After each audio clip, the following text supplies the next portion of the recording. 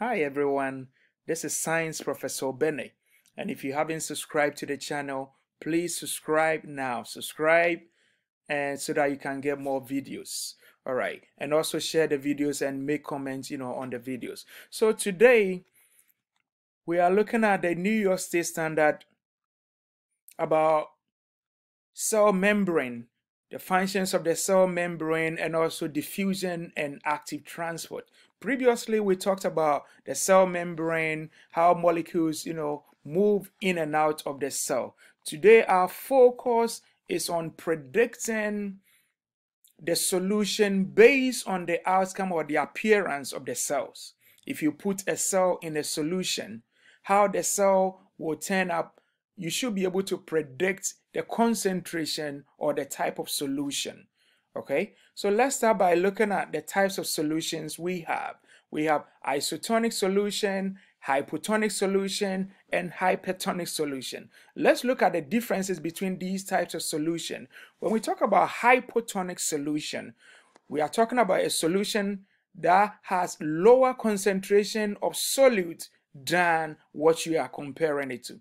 So if the solution has lower concentration of solute than what you are comparing it to, that solution is hypotonic. On the other hand, hypertonic solution is a solution that has higher concentration of solution than the environment or what you are comparing it to. Hyper means higher than what you are comparing it to. An isotonic solution has equal concentration of solute as the one that you are comparing it to. So here we see hypotonic solution. So this solution is hypotonic. That means this solution has lower concentration of solute. Okay, the salt here is solute than what we are comparing it to, which is the cell concentration of solute inside the cell. So the solute here has 10% salt solution compared to what we have here, what we have inside the cell, which is 20%. Okay, so this solution is hypotonic because it has lower concentration of salt solution than what we are comparing it to inside the cell here. So this solution is hypotonic. On the other hand, when we look at hypertonic solution, they have higher concentration of solute than what we are comparing it to inside the cell here. So this solution has 20% salt solution, 20% salt solute. So this means that this solution has higher concentration of salt than what we are comparing it to. So this solution is hypertonic in comparison to the solution of the cell. So hypotonic solution, they have lower concentration of solution of solute. Hypotonic, they have lower concentration of solute than what we are comparing it to the environment. Isotonic solution, they have equal concentration of solute as the environment, and hypertonic solution has higher concentration of solute than what we are comparing it to. So now let's look at this. What does it mean if a solution has a lower water concentration than the cell?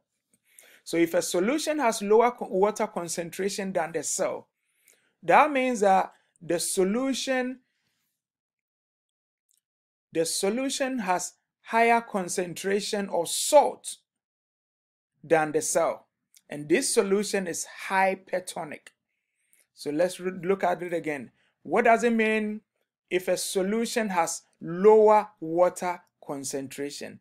So if a solution has lower water concentration, that simply means that it has higher solute concentration. If you have lower water concentration, that means you have higher solute concentration, because a solution contains solute and solvent, in this case water concentration.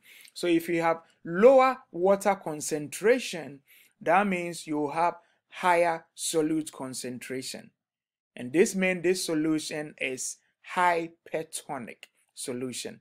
This solution is hypertonic solution.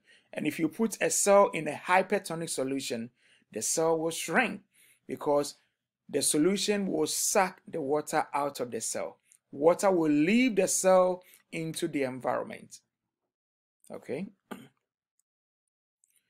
Explain what will happen if a cell is placed in a solution that has higher water concentration than the cell. So if you place a cell in a higher water concentration than the cell, this simply means that if the cell has higher water concentration, it will have lower solute or salt concentration. So a solution of higher water concentration means it has lower solute or salt concentration. So that means that this solution is hypotonic to the concentration of the cell. So that means that you put a cell in a solution of lower salt solute or lower salt or solute concentration. That means that the water molecules will enter the cell.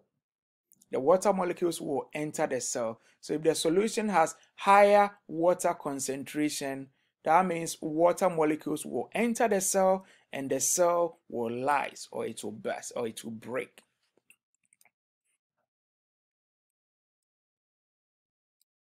So now let's look at predicting solution concentration based on the cell appearance. Looking at what is happening in solution A, solution B, and solution C, we should be able to predict the concentration of these three solutions. If you will look at solution 1, what is happening in solution A is that the cell is breaking. We put the cell in solution A, the cell is breaking. So what can cause a cell to break? So this means that solution A, the concentration of dissolved salt in solution A is lower than the concentration of the cell. This means that solution A has higher concentration of water molecules.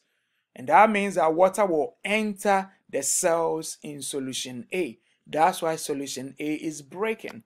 It will burst. It will take in so much water because the solution has higher water concentration than what is inside the cell. Now let's look at solution B. In solution B, nothing is really happening to the cell. There is no change in the shape or the size of the cell. This is because the cell was placed in isotonic solution. In isotonic solution, the concentration of dissolved salt in solution B is the same as the concentration in the cell. So same amount of water molecules. The cell as leaving the cell. So therefore, the cell will neither lose water nor gain water because the concentration of water molecule inside the cell is the same as concentration of water molecules outside of the cell. And the solute or the salt concentration is also the same inside the cell compared to outside the cell. So the cell will neither lose water nor gain water. Now looking at solution C. In solution C, we see that the cells, they are shrinking. The only way the cells will shrink is that when you put a cell in a hypertonic solution, the cell will lose water. This means that this solution contains greater or higher concentration of solute than inside the cell. And this means also that solution C contains higher concentration of solutes than the cell. So if the solution contains higher concentration of solute, that means that higher concentration of solute, that means that it contains lower concentration of water molecules. So this means that water molecules inside the cell is greater than the concentration of water molecules in the solution.